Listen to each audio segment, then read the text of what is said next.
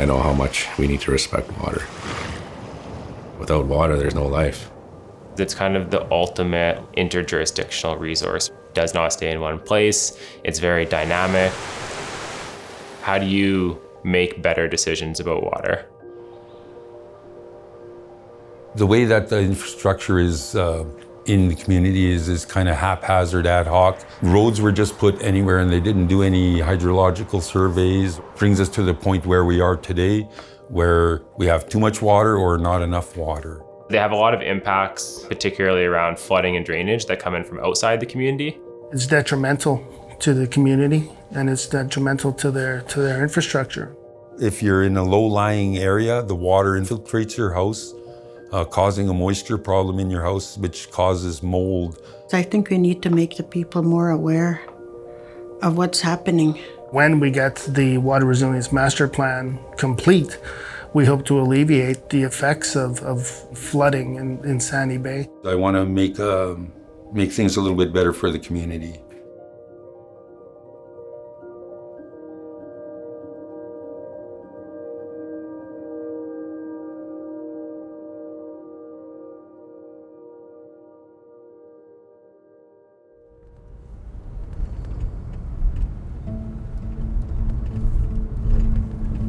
And you don't see no dragonflies, eh? Like you see mosquitoes and everything flying around, but no dragonflies because you need running water for dragonflies, right?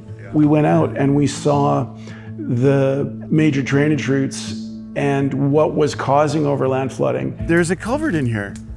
Should it be deeper and should we clean out this drainage pathway?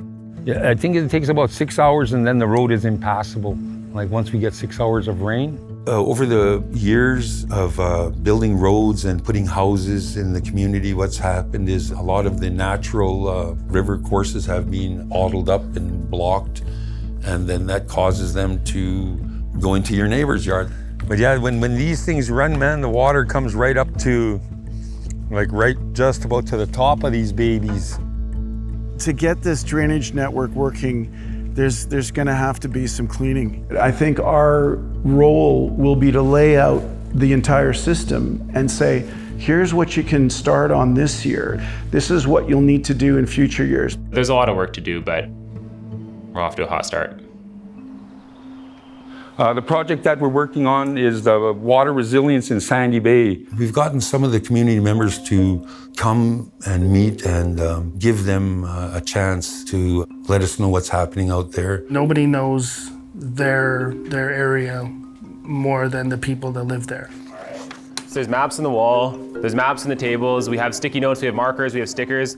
And just mark down anything that you want to note, like areas where you've noticed kind of flooding during heavy rains, or areas where you want to see trees planted. Well, it's really just about kind of what the community is seeing on the ground and where they want to see the priority for devising solutions and for building resilience.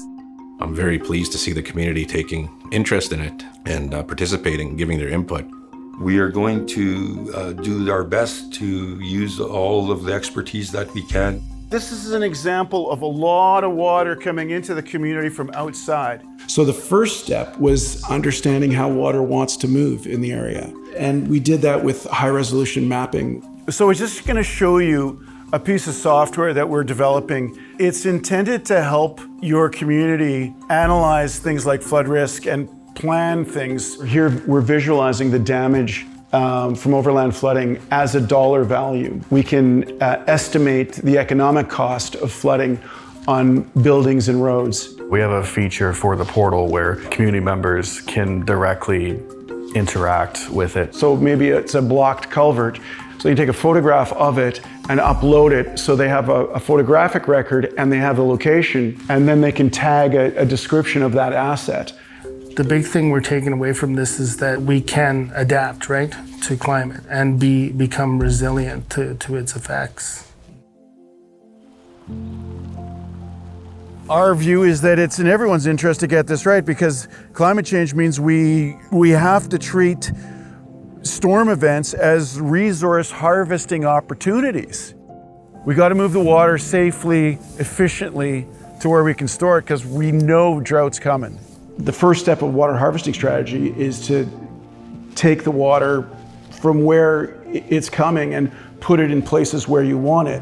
And so you can see it's relatively simple technology. We install a culvert, we install a gated culvert, we build a berm like this, and all of a sudden you've reduced flood risk and you're holding water for where you need it.